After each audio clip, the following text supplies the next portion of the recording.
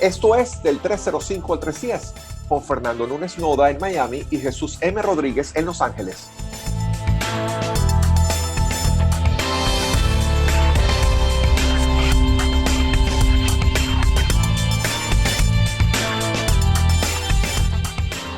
¿Cómo estás? Buenos días, ¿cómo te va? Muy bien, todo bien por aquí, por la costa este. ¿Tú qué tal? Bien. Increíble que ya es 1 de septiembre. Me parece muy impresionante que ya tengamos...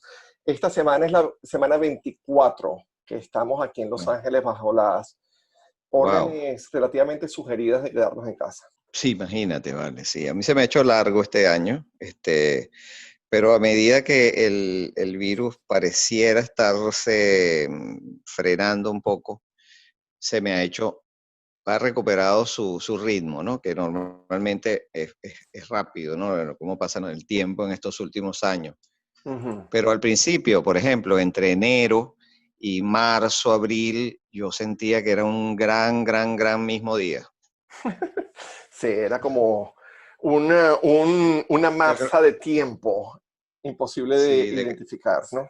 Muy raro. de Groundhog Day, que el tipo se levantaba el mismo día todos los días. Ese me Exactamente, sentía yo. te lo juro.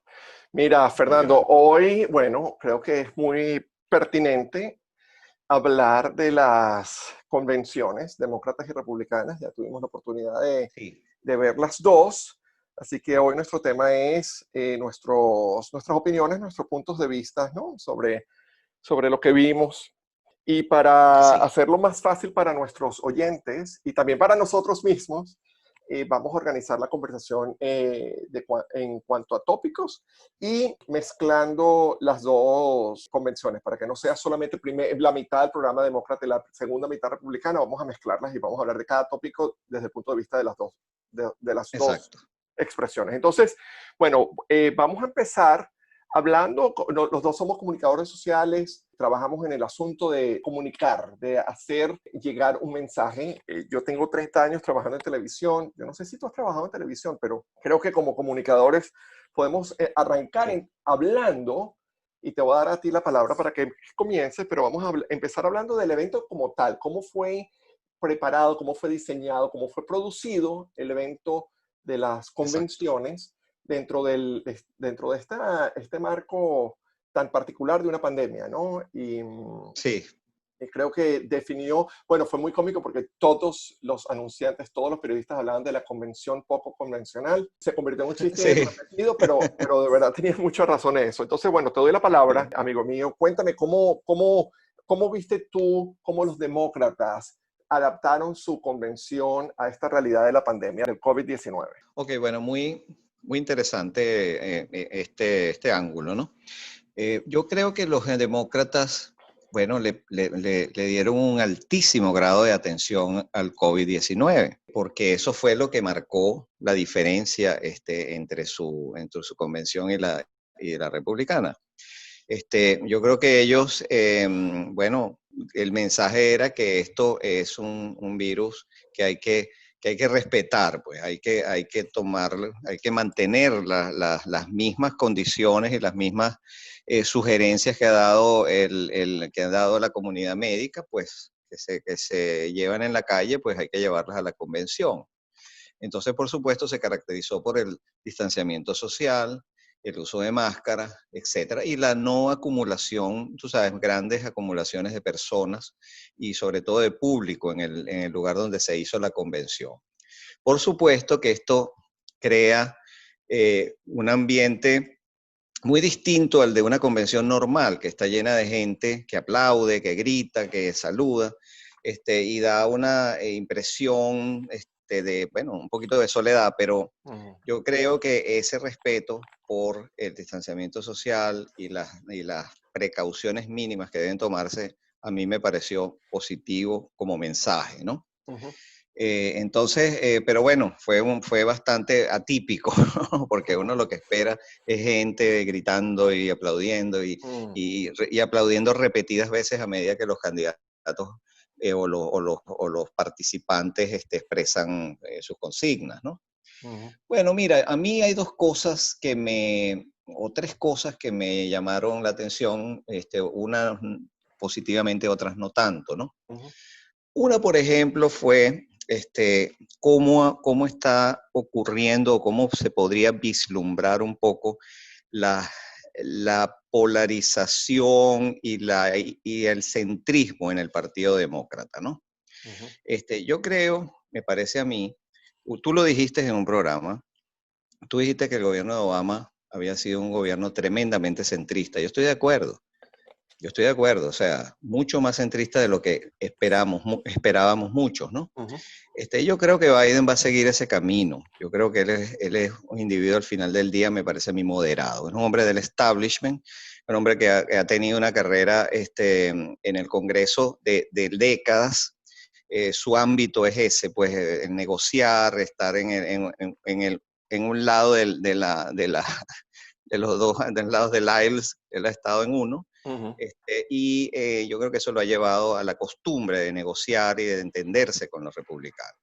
Eso me parece bien. Pero fíjate, se vio entonces el otro lado, ¿sabes? En el discurso de Ocasio-Cortez, yo vi una cosa que por supuesto no me gustó nada Ujú. y me Bueno, espérate, pareció... ya va, vamos a poner Ah, una pausita allí porque eso en lo que vas a entrar en detalle ahorita es perfecto para la siguiente parte cuando hablamos del mensaje de ok, la convención como tal. Ok, mira, perfecto. Fernando, dale, hablando del formato como tal de la convención demócrata, yo estoy totalmente de acuerdo contigo. Yo creo que lo más evidente fue que ellos estaban preparados para una convención que iba a suceder dentro de una pandemia. Ellos estaban preparados a que la gente iba a estar en social distancing, que iban a estar en distanciamiento social, que no iban a poder estar en lugares encerrados.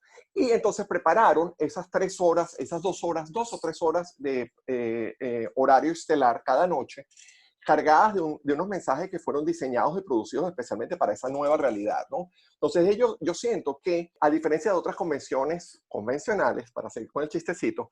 donde muchas veces esas horas del horario estelar estaban básicamente interrumpidas para que los moderadores de los canales hablasen sobre los videos que presentaban y sobre esos participantes que no son de tan gran importancia. En este caso, los demócratas y también los republicanos sabían que iban a tener esas 3 horas exclusivas para ellos, 2 horas y media, 3 horas. Corrígeme si estoy diciendo el número de horas equivocado. No me acuerdo, o sea, no me acuerdo ese dato. Exacto. Pues, bueno, el asunto es que entonces yo siento que los demócratas planearon esas horas una sofisticación a nivel de decir una historia, de una narrativa que funcionó muy bien. Y el roll call, que es esta cosa institucionalizada en estas convenciones donde cada comité de Estado le da sus votos para elegir al candidato oficial. La diferencia entre las dos convenciones se vieron perfectamente ahí. Sí. Los demócratas crearon este mosaico de imágenes filmadas alrededor del país, mostrando lo más bonito que tiene este país, la variedad de gente, la variedad de paisajes, la variedad de climas, y resultó algo que normalmente es aburridísimo, resultó algo lindísimo. El de los republicanos fue tan horrendo que ni siquiera lo pusieron en el horario estelar, y era una cuestión de verdad casi que imposible de ver. La otra cosa que me llamó la atención de los demócratas fue cómo entretejieron esos videos producidos donde te cuentan esas historias como más humanas con los discursos. Yo creo que lograron un balance que fluía muy, muy bonito. En realidad, bueno, básicamente mi conclusión es que como programa de televisión, los demócratas, porque estaban preparados con meses de anticipación, porque sabían la realidad de la pandemia, que es básicamente lo importante de todo esto, se prepararon e Ujú. hicieron un programa de televisión muy, muy, muy efectivo. Ahora te doy la palabra a ti para que me hables de tu opinión de cómo los republicanos entonces asumieron ese reto de la producción del programa. Bueno, los republicanos, reflejaron mucho la actitud que ha tenido el gobierno de Trump, y los republicanos, vamos a decir, más duros, más a la derecha, ¿no? del movimiento. Bueno, de no respetar el social distancing, por ejemplo, no hubo, había gente aglomerada, habían pocas máscaras. en el discurso de aceptación de Trump, y en el discurso que dio en la convención, pues se vio pues que había gente con máscaras, pero no eran la mayoría estaban sin máscaras y todas juntas. O sea, yo dije, wow, esto es desafiante, realmente desafiante. Entonces me pareció que eso refleja perfectamente la actitud que ha tenido Trump. Bueno, Trump pasó muchos meses sin usar máscaras en eventos donde había gente, había aglomeraciones. Y al final se la puso porque me imagino que un doctor le dijo, mire, presidente, usted está en una edad de bastante riesgo, o sea, esto puede ser peligroso para la seguridad nacional. Entonces, por otro lado, bueno, sí, el vicepresidente le daba la mano a la gente, le daba toquecitos en los puños y tal y qué sé yo. Y yo siento que eso, digamos, y sobre todo el evento en la Casa Blanca, que tuvo una cantidad impresionante de gente sentadas unos a otros en el jardín, a mí me dieron un mensaje que no me gustó mucho. Porque, por supuesto, el efecto es mayor, porque están los aplausos, ¿me entiendes? La gente, se nota el fervor de la gente. En ese sentido, por supuesto, pero es que eso es lo normal en una convención. Yo creo que no me gustó, o sea, no me gustó el efecto que creó en mí, porque lo sentía desafiando a algo que es muy serio. Porque si fuera algo simbólico, está bien, pero si tú vas a arriesgar tu salud por hacer un statement político, a mí me parece eso un poco irresponsable. Exacto, exacto. Mira, Fernando, sí, bueno, de nuevo estamos de acuerdo. Yo siento que así como los demócratas estaban preparados con semanas y meses de antelación ante una nueva realidad que definida por la pandemia, los republicanos demostraron que todo lo contrario. Ellos demostraron que hasta hace un par de semanas ellos pensaban que iban a tener una convención en persona con miles de personas agrupadas en un convention center o en un estadio donde fuese. Y se nota que la adaptación que hicieron fue apresurada y con mucha improvisación. Siento que los discursos, yo creo que la señora Kimberly Guilfoyle, que es la novia de Donald Trump Jr., fue la máxima expresión de lo que voy a decir. Ellos estaban tan preparados para decir sus discursos dentro de una realidad que no es la que tenemos hoy en día, que no los adaptaron, no adaptaron el tono y no adaptaron, ella en su caso, ni siquiera adoptó el volumen de voz necesario para hablarle a un espacio vacío. Entonces, ella se convirtió como en un meme, porque gritó tanto y fue tan exagerado, tan dramático, tan de telenovela su discurso.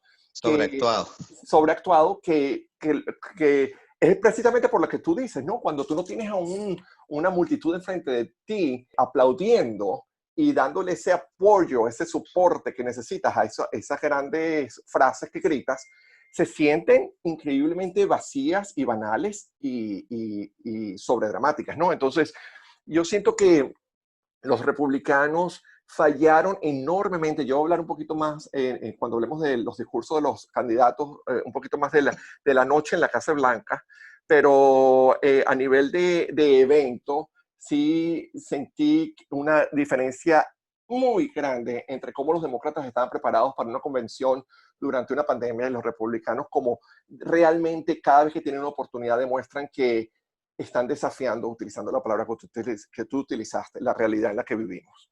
Ok, Fernandito, ahora te paso la palabra para que hablemos entonces del contenido de la convención como tal, y creo que es el perfecto marco para que entonces comentes de lo que no te gustó de lo que dijo Alexandria Ocasio-Cortez. Sí, sí, fíjate, yo siento, como te decía, que Biden es un individuo bastante de centro, me parece, ¿no? Y ese lo refleja su trayectoria política. Pero entonces ahí hubo un quiebre, porque vino Ocasio-Cortez. A mí me pareció que el hecho de postular simbólicamente a Bernie Sanders, porque obviamente era una postulación simbólica, pero a mí me pareció tan fuera de lugar. Más que simbólica, es un requisito legal de las convenciones, perdóname. cuando Ok, hay dos, sí. claro, pero sí, pues Biden era el candidato de facto, pues, pero entonces Ujú,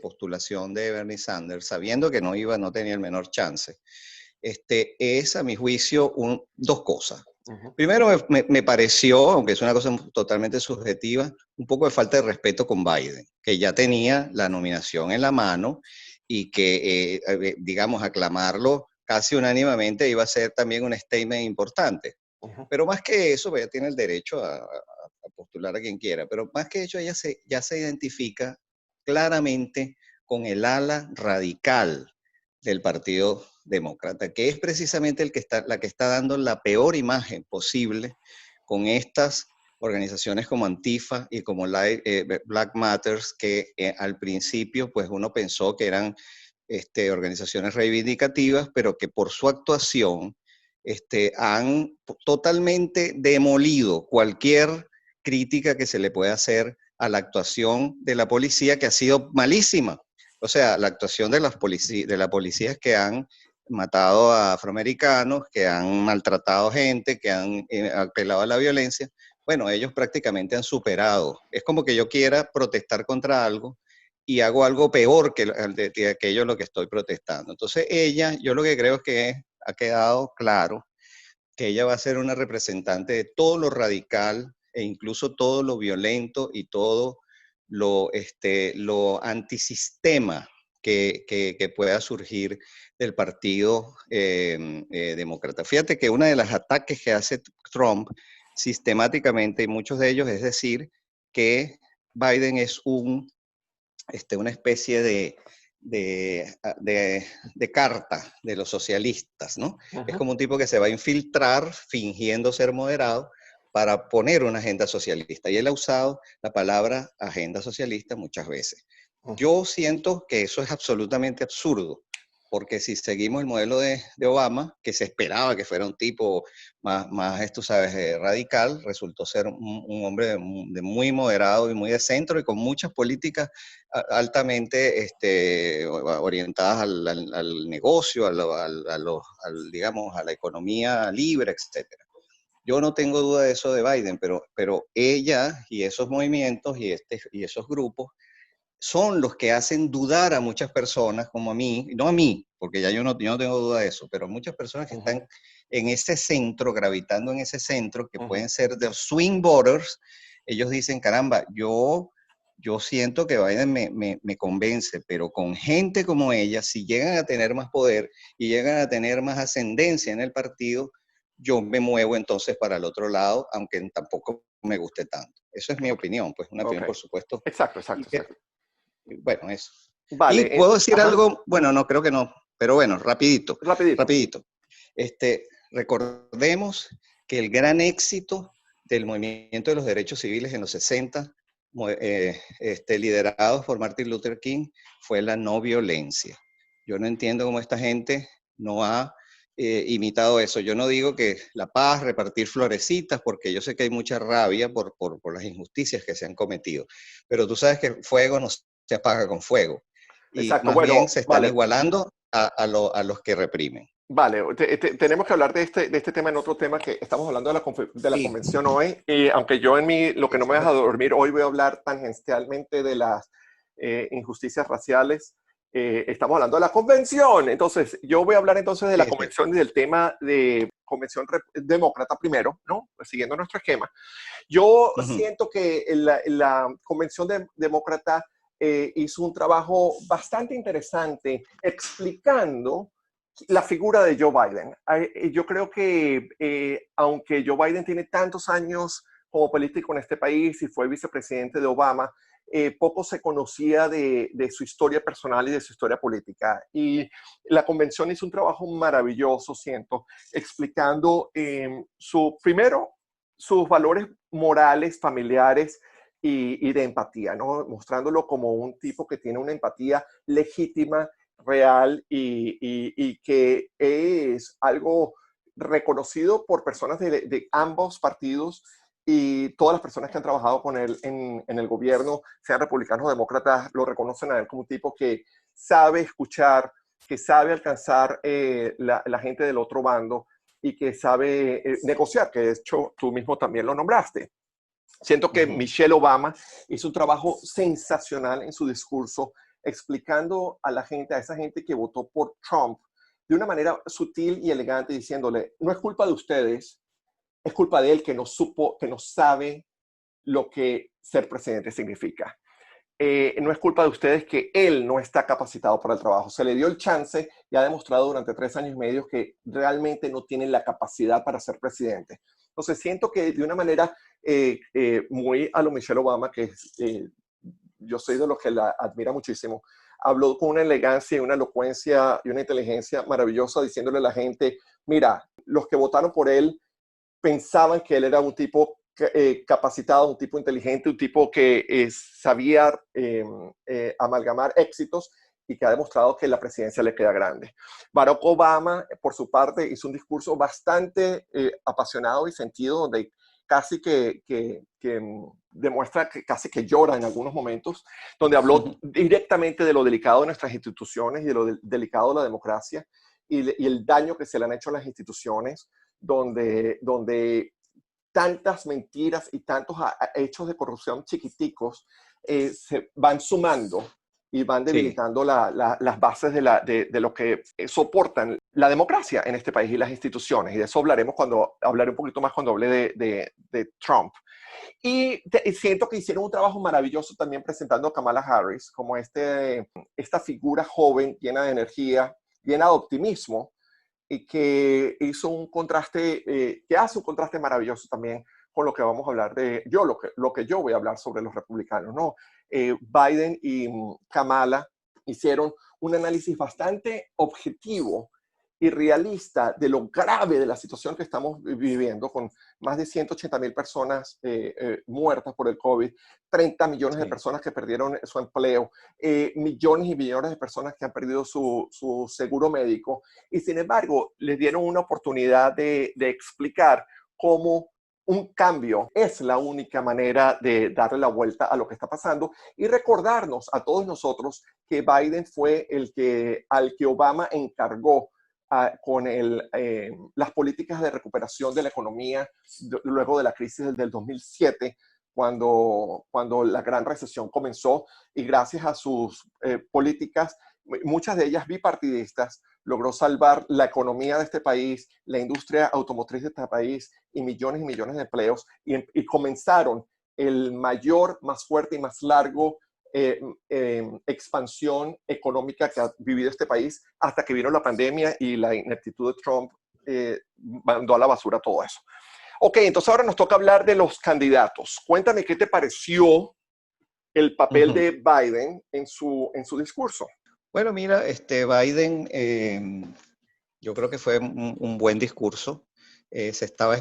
Fue muy observado por mucha gente porque, bueno, sabemos que a Biden se le ha notado, pues, a veces un poco de distracción, quizás se le olvidan algunas cosas. Pero yo creo que estuvo muy bien. En general, digamos, su presencia y el discurso mismo estuvo muy bueno. Por supuesto, empezó a hablar por lo más obvio, que era criticar a Trump por la actuación en la pandemia.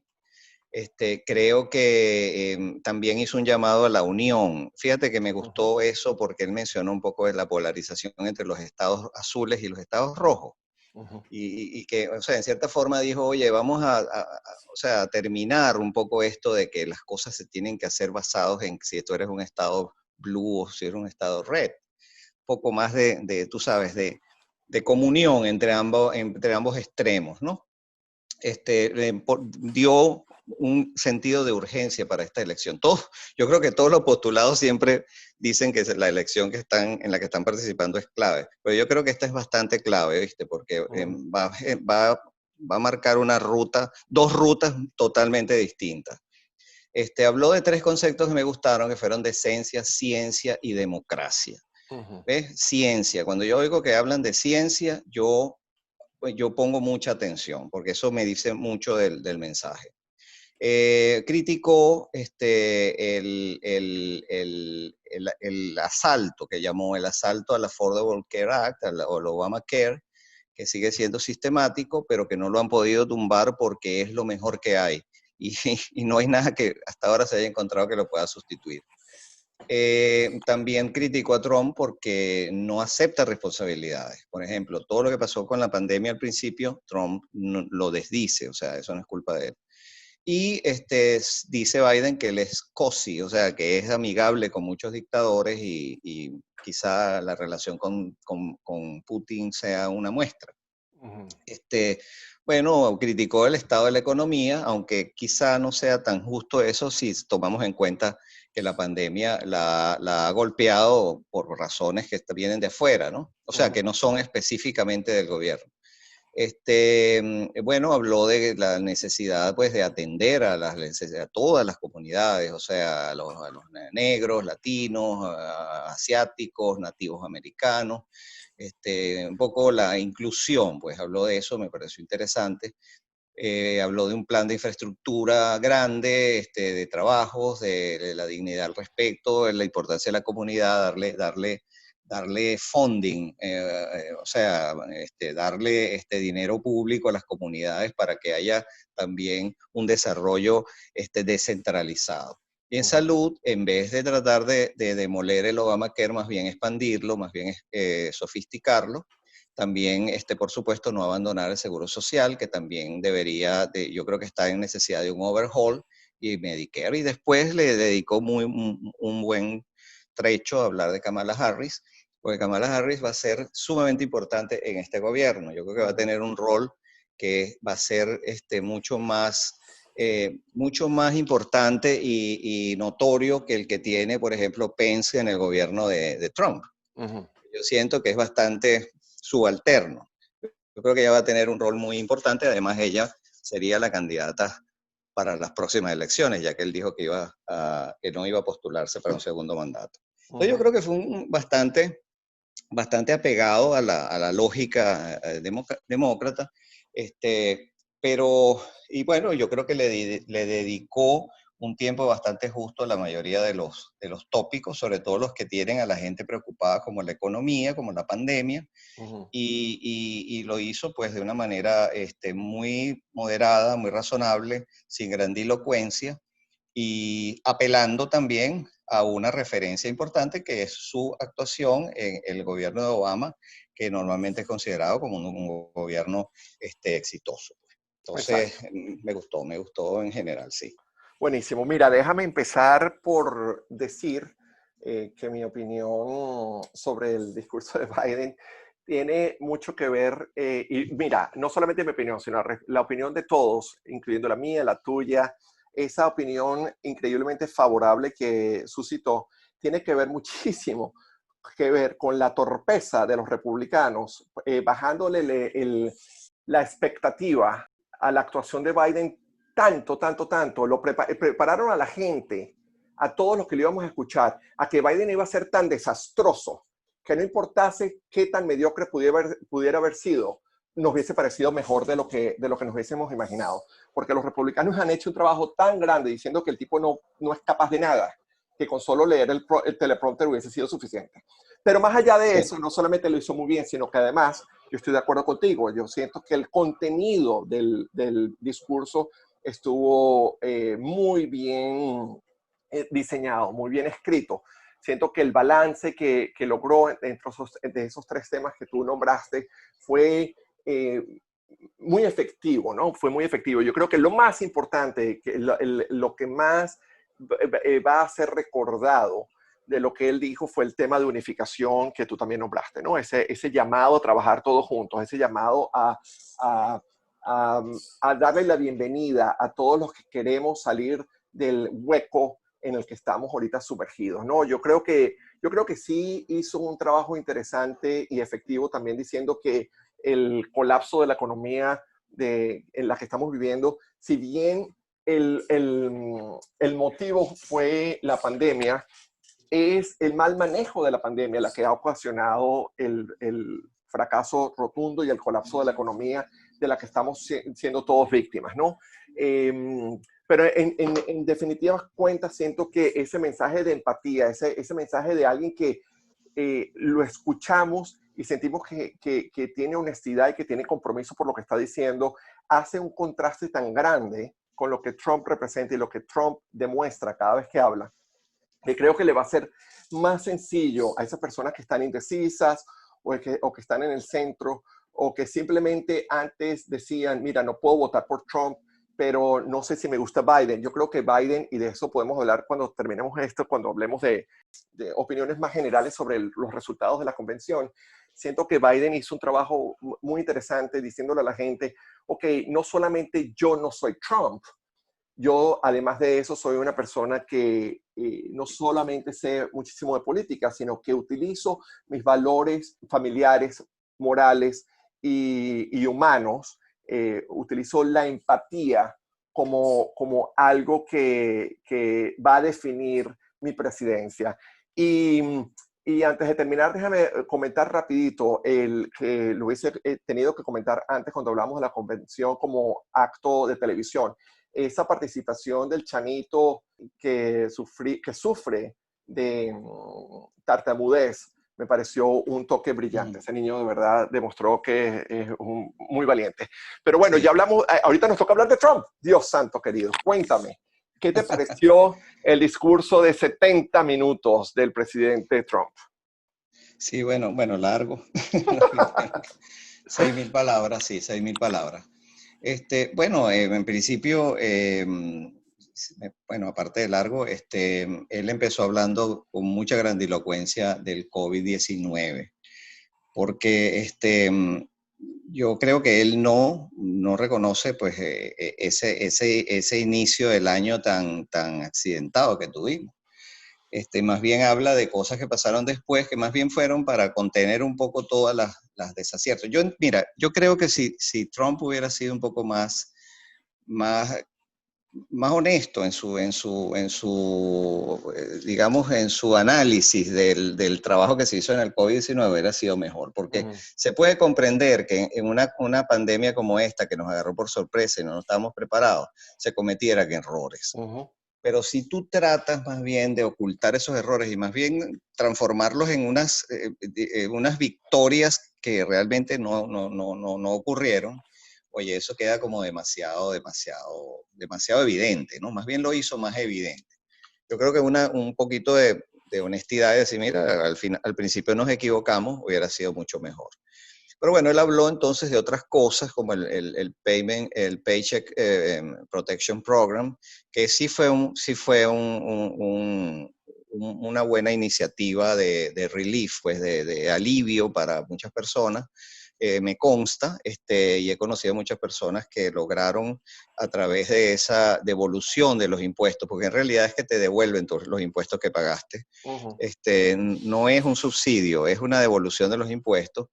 Y yo creo que muchas personas lograron, oye, sostenerse durante varios meses gracias a eso, ¿no? Habló de Biden como destructor de los trabajos. Bueno, obviamente lo iba a hacer. Prometió derrotar al virus y habló de la agenda socialista y la mencionó muchas veces. Eso va a ser un grito de lucha para los republicanos.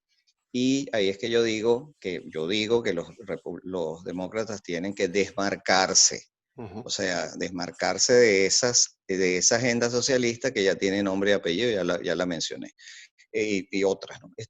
Bueno, Trump dice que ayudó al NATO a que le pagaran, porque él se rehusó a dar un dinero que tenía que dar Estados Unidos, y tenía razón, porque Estados Unidos era el que estaba dando dinero y los otros socios no. ¿Entiendes? Entonces, el haber sostenido y al habernos dado esos pagos, obligó a muchos de los miembros a poner 400.000 millones de dólares que se debían. Eso está bien. Él dice que produjo 9 millones de trabajos. Bueno, creo que eso está bien también, pero eso es lo que tiene que hacer un gobierno. Habló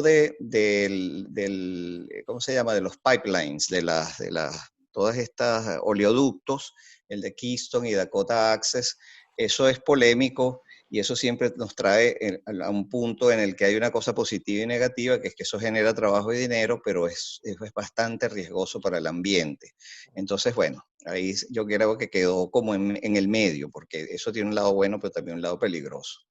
De China, Bueno, habló de lo que había hecho con el 5G, con TikTok, etcétera, y todas las restricciones que está haciendo con China. Muchas de esas cosas yo las celebro, aunque ni palabra de Putin, ¿no? Ujú, Criticó el NAFTA, que dice que es una de las peores iniciativas. Yo no lo creo así. Yo creo que el NAFTA hizo cosas buenas, quizás ujú. fue mal manejado y quizás fue eh, digamos, mal manejado no solo por Estados Unidos, sino también por los países miembros. Hay unas cosas que no se hicieron bien. Y la entrada china en la Organización Mundial de Comercio la criticó y yo no sé, pero yo creo que tenía un poco de razón también. Ok, Él habló entonces mucho, pero rapidito, ve él cerrándose. habló mucho tú sabes, de la parte migratoria, de que detuvo los fraudes de los asilos, habló de la parte mala de la inmigración, pero no habló, por supuesto, de la parte buena, porque no le convenía. Ujú, Pero en general, mira, rapidito, y yo lo que sí. pienso es que su discurso estuvo bien escrito, alguien se lo escribió muy bien, logró energizar un poco su base, pero por supuesto estos son los temas en los que él tiene que hablar, pues la economía y un poco la cuestión del imperio de la ley, y la agenda socialista. Sí. Bueno, déjame empezar por decir que yo siento que el discurso fue ridículamente largo, 70 minutos, en una realidad como la que nos mostraron era insostenible. Donald Trump se sentía aburrido, se sentía que no quería estar ahí, se apoyaba del podium de una manera como con una expresión corporal de alguien que se sentía incómodo. 1.500 personas aplaudiéndolo no eran suficientes para él sentirse motivado. Él necesita miles de personas que lo hagan sentir que está conectando. Mis problemas más graves con el discurso fueron las mentiras que dijo, mentiras muy importantes que decía, como dijo que había una terapia efectiva probada para salvar las vidas de los enfermos de COVID-19, cuando eso es mentira. Dijo que teníamos el mejor sistema de pruebas de salud del mundo, de pruebas de COVID del mundo, y eso es mentira. Estados Unidos tiene el 4% de la población mundial y tenemos 25% de los contagiados. Mintió diciendo que Joe Biden estaba de acuerdo con los abortos en el noveno mes de embarazo. Mintió diciendo que el Departamento de la Policía de Nueva York lo respaldaba en su reelección, cosa que es totalmente mentira. Mintió diciendo que se habían construido 300 millas de muro, cuando en realidad nada más se han construido 5 millas, lo demás ha sido sustitución de muros que antes ya existían. Y una de las mentiras que más me molestan, que él insiste, es que él dice que él firmó el Veterans Choice Act, la ley ayudando a los veteranos, cuando fue Obama el que la firmó, y se lo han dicho en su cara, se lo han dicho el presidente Trump. Eso lo hizo Obama, y él ignora la pregunta, ignora el comentario y sigue insistiendo en esa mentira.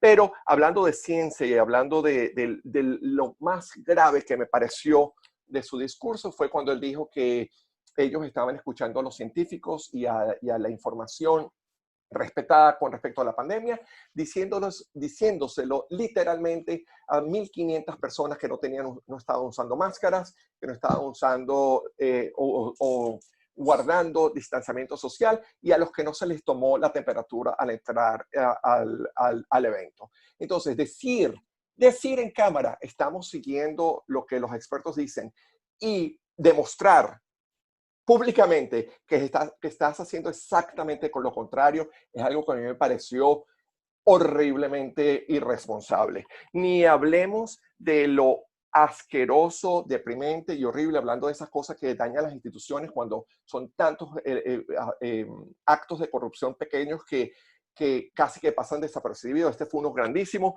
Y respetar el Hatch Act, que es el no utilizar la Casa Blanca como plataforma política.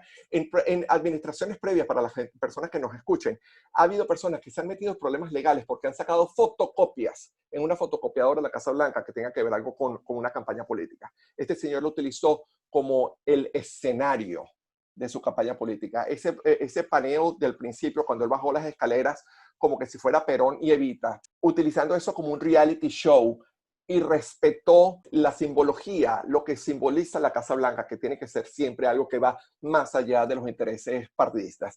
Y eso me pareció algo absolutamente horrible. Y voy a cerrar diciendo que lo que más me llama la atención del discurso de Donald Trump fue que él decía que para evitar que pase todo lo que está pasando ahorita, que es el caos en el que estamos viviendo, las violencias en las calles, el desempleo, la crisis económica, tenemos que votar por él como que si él no fuera el presidente. Él realmente hizo un discurso como que si él fuese el del partido opositor, cuando él es el presidente, y todo lo que está diciendo que tenemos que evitar que pase, está pasando literalmente bajo su watch. Mira, a mí se me saltó, yo me salté en mi estructura, que yo me sentía tan orgulloso de mi organización, hablar del mensaje como tal de la parte de los republicanos. Hablamos de los demócratas, pero no hablamos de los republicanos. Entonces, con esto podemos hacer como cerrar lo que nos parecieron las convenciones como tal. ¿A ti qué te pareció entonces? Y puedes hablar no solamente de la convención republicana, pero de las dos convenciones en general, para ir cerrando el tema, últimas opiniones o cosas Okay. a nivel de mensaje de esos últimos 4 días de convención la semana pasada. Bueno, yo lo voy a resumir, porque en realidad no voy a analizar nada en específico, sino lo global, ¿no? Bueno, fíjate que yo sentí que en el Partido Demócrata sentí un partido bastante unificado en el mensaje. Yo creo que ellos, bueno, siendo oposición y teniendo sus tópicos muy claros, yo sentí una gran consistencia en todos los discursos, ¿no? Está más o menos, vamos a decirlo así, en la misma página. Y bueno, y también entonces sentí que el apoyo a Biden era sumamente claro y sumamente entusiasta, ¿no? Y Kamala Harris también siento que genera un entusiasmo en ellos interesante, ¿no? En cuanto a los republicanos, yo sentí lo siguiente, sentí como dos polos ahí, ¿no? Un polo que representa una especie de solidaridad automática con Trump, el ala pues que está alineada con él, con Pence, etcétera, digamos, diría yo, pues los republicanos más del ala religiosa, del ala más dura, ¿no?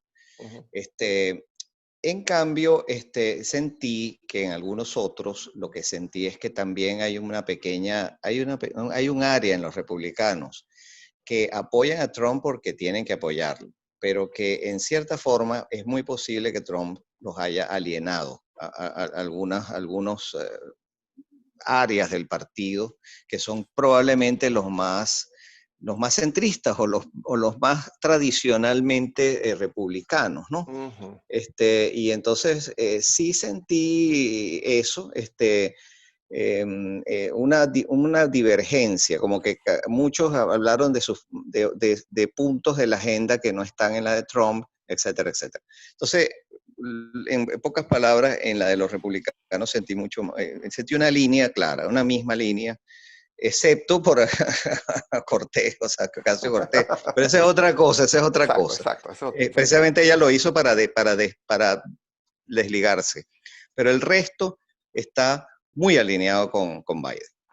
En el Partido Republicano se nota eso, que no tanto porque lo disimulan, pero se siente, y en la actitud corporal de Trump, cuando saluda a los distintos senadores, diputados, etcétera, se nota también eso. Mira, si vemos yo hoy casi que se iba a grabar, pero se me pasó una escena en la que él saludó a 2 a 3 y vinieron otros a saludar y no lo saludó prácticamente. Entonces ahí hay algo escondido, pero no tan escondido. Exacto. Mira, déjame, yo sé que el tema de Alexandra Ocasio-Cortez es muy polarizador y yo quiero que algún día hablemos de ella. No sé si va a dar para un programa completo, pero por lo menos para medio programa. Yo voy a cederte el hecho de que yo siento que su discurso de 1 minuto fue torpemente escrito porque dio cabida a un montón de confusiones que no venían al caso, que si hubiese temores.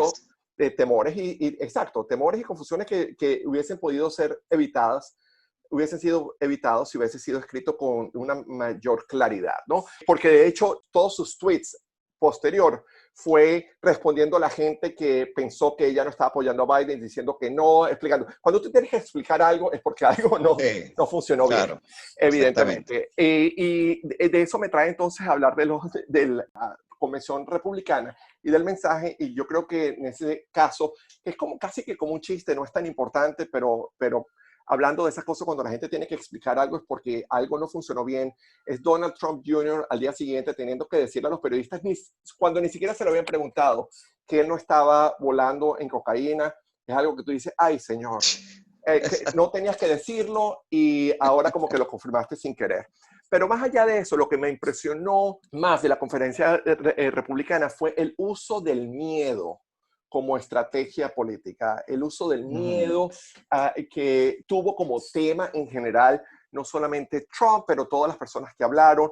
Me preocupa porque el miedo lo que trae es polarización. Entonces, por un lado, vimos a los demócratas tratando de hablar de unificación y Donald Trump hablando, y todos los republicanos que hablaron precisamente de lo contrario. Mientras que más miedo hablen, más polarización hay. Y en ningún momento hubo esa intención de extender la mano hacia el otro lado, decir, en eso estamos todos juntos. Me llamó muchísimo la atención que en el discurso de Mike Pence, él habló de nosotros los americanos, y en la misma frase dijo nuestros vecinos afroamericanos, dejando claro que para él los afroamericanos no son parte de nosotros. Eso me impresionó muchísimo y fue poca gente la que vi escribiendo o hablando de eso después, donde tú dices, qué fuerte.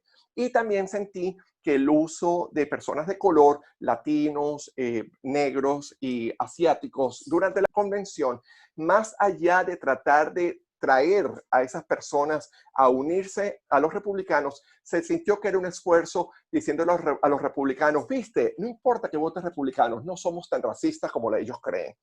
Entonces, me pareció que todo era como muy manipulado y esa cuestión del token, miedo. Como token, exacto, sí. Se sintieron como tokens. Y bueno, con eso voy a terminar y diciendo que el mensaje de miedo siempre es algo que a mí no me gusta. Vamos a hablar entonces, vamos a pasar a lo que no nos deja dormir hoy. Fernando, te doy 3 minutos para que me cuentes qué no te deja dormir hoy. Bueno, mira, para salir un poco de la convención y del país, quiero hablar de un tópico que no me deja dormir sobre Venezuela. Uh-huh. Sabemos pues que en Venezuela hay un gobierno que prácticamente está categorizado como gobierno terrorista, pero nuestra oposición también pues es un poco errática y comete muchos errores y en buena medida a veces es la oposición que el gobierno quiere tener, porque pues sus actuaciones a veces es como que nos disparamos en el pie, ¿no? Entonces, a pesar de que ha habido muchos avances y todo lo que sea, pero también sigue habiendo muchas disonancias internas. Guaidó hizo una propuesta como una especie de relanzamiento de la lucha y la cosa, y propuso una consulta popular. Se la mandó a todos los líderes de la oposición, y María Corina Machado, que es una persona, a mí me parece ella una mujer brillante, mujer inteligente, una mujer incansable, pero ella es muy polarizante, ¿sabes? Ella es bastante dura, y ella, bueno, es del ala conservadora del país, es una ave rara, porque es muy raro en Venezuela alguien que tenga la valentía de llamarse de derecha. Es muy difícil porque Venezuela por naturaleza es un país de izquierda. Entonces, bueno, eso yo valoro mucho su valentía. Ella ha sido muy valiente siempre, muy frontal, y no esconde lo que cree y lo que piensa. Entonces ella dijo que no le parecía para nada esa idea o hacer otra consulta, que eso ya se había consultado, es verdad. Se hizo una consulta y la gente dijo que quiere que el gobierno proceda a cualquier iniciativa que implique un cambio de régimen, no coexistencia, o sea, participar en las elecciones de diciembre. Yo creo que todos los análisis apuntan a que esa elección jamás se va a ganar. O sea, no hay un organismo electoral nuevo, no hay un registro electoral nuevo, no hay una participación relevante de la oposición en el conteo de votos, no van a permitir observadores internacionales. O sea, no hay condiciones de ninguna manera para que la oposición pueda clamar una victoria, ni siquiera pueda clamar una pérdida, o sea, ni siquiera puede probar que se la robaron. Entonces, porque no tiene participación, no tiene ninguna injerencia en el conteo de votos, que es donde se hacen las trampas y donde tradicionalmente el chavismo ha ganado, siempre gana en los conteos de votos. Entonces, no hay condiciones, y lo han dicho expertos, lo han dicho todas las personas que tienen, digamos, experiencia electoral, lo han dicho, no hay. Entonces, lo que yo siento es que, wow, yo sé que en Venezuela es arriesgado cualquier cosa que confronte duro al chavismo, porque esta gente no tiene escrúpulos, y a la gente la meten presa, y la gente la torturan, y a los presos políticos los dejan años, y después los sueltan, ¿me entiendes? O sea, yo entiendo todo eso, pero sí, tiene que haber un cambio de timón urgente, una forma distinta de pensar. Una forma más creativa, una forma que no es la actual. Entonces, seguimos un poco en lo mismo, y yo a María Corina, por lo menos digo, le doy el beneficio de la duda de decir, bueno, ¿por qué nadie ha probado ni siquiera una de las ideas de María Corina? A lo mejor funcionan porque las demás no han funcionado. Exacto. Mira, Fernando, déjame, antes de hablar de lo que a mí no me deja dormir, déjame comentar rapidito. Yo estoy totalmente de acuerdo contigo. En mi opinión sobre María Corina Machado es básicamente la misma que tú. Yo le tengo muchísimo respeto. Ella es una tipa muy comprometida, muy inteligente, muy acertada, casi siempre en lo que dice. Pero definitivamente la selección de palabras que ella usó para hablar de su incomodidad con respecto a la idea de Guaidó, realmente no funcionaron, y de hecho le salió el tiro por la culata. Muchas personas que siempre le han apoyado se sintieron como sorprendidos y defraudados, porque el tono no es un tono conciliatorio. No es un tono de que tenemos que estar todos, no estamos todos juntos acá. Y mira, mi principal apoyo hacia María Corina, más allá de sus ideales, de su ideología, viene del hecho de que ella representa la democracia. Toda la gente que representa democracia en Venezuela tiene que siempre sentirse unida. No se puede sentir que entre ellos hay resquemor, porque eso simplemente ayuda al régimen, así de simple.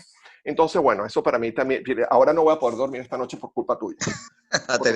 Porque tienes toda la razón. Yo voy a hablar rapidito, porque estamos acabándonos el tiempo. Rapidito, la situación de Kenosha, Wisconsin.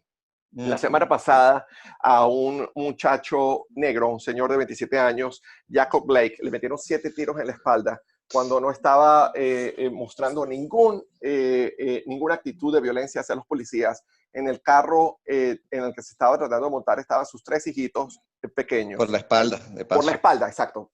Tan importante eso, por la espalda. 7 tiros por la espalda. El muchacho está hoy en día paralizado de la cintura para abajo, de milagro sobrevivió. Y paralelamente a eso, al día siguiente que 2 personas, una pareja de personas fueron invitadas a la conferencia de los republicanos, hablando de la víctima que se sintieron cuando los humillaron, entre comillas, por haber amenazado con armas a protestantes pacíficos que caminaban frente a su casa, porque tenían que caminar frente a su casa porque se estaban dirigiendo a la casa del alcalde de la ciudad, y donde ellos hablaron que ellos tenían el derecho de defenderse cuando no los defendía nadie. Al día siguiente, puede estar relacionado o no, pero al día siguiente, un muchachito de 17 años, con un arma de la que no tenía ningún derecho legal a tener, manejó y atravesó uno o varios estados, no sé exactamente cuántos, y literalmente tomó la justicia en sus manos y mató a 2 protestantes que en ese momento era una protesta pacífica. Cuando el segundo que trató de atacarlo a él fue literalmente para que no siguiera matando gente, y el muchacho, que su arma era una patineta, lo mató con un tiro en el pecho. Para añadirle leña al fuego, la policía trata a este niño, en contraste a los 7 tiros que le pegaron a la espalda al muchacho unos días antes. Este niño lo tratan, que literalmente cuando ves el video es cuando el muchacho se está acercando a la policía con el arma en la mano, le preguntan, mira, mira, y hay otra gente herida por allá. Los policías inmediatamente asumieron que él estaba de su bando. Y el que las instituciones asuman que los vigilantes, no sé si la palabra traduce en español, pero los vigilantes, que son gente que toma la justicia en sus manos, es algo aceptado. Es literalmente, para nosotros venezolanos, literalmente el aceptar la idea de los colectivos chavistas, porque es exactamente lo mismo. Son una cuerda de personas que están más allá de la ley, que están tomando la justicia en sus manos y que son parte del caos y que todos deberíamos denunciarlo. Mira, estamos justo para terminar nuestra hora. Vamos a despedirnos rapidito. Fernando, qué buen programa. Gracias. Sí, y gracias a ti también. Feliz septiembre. Igualmente, y a todos nuestros escuchas. Dale, un abrazo grande. Abrazo.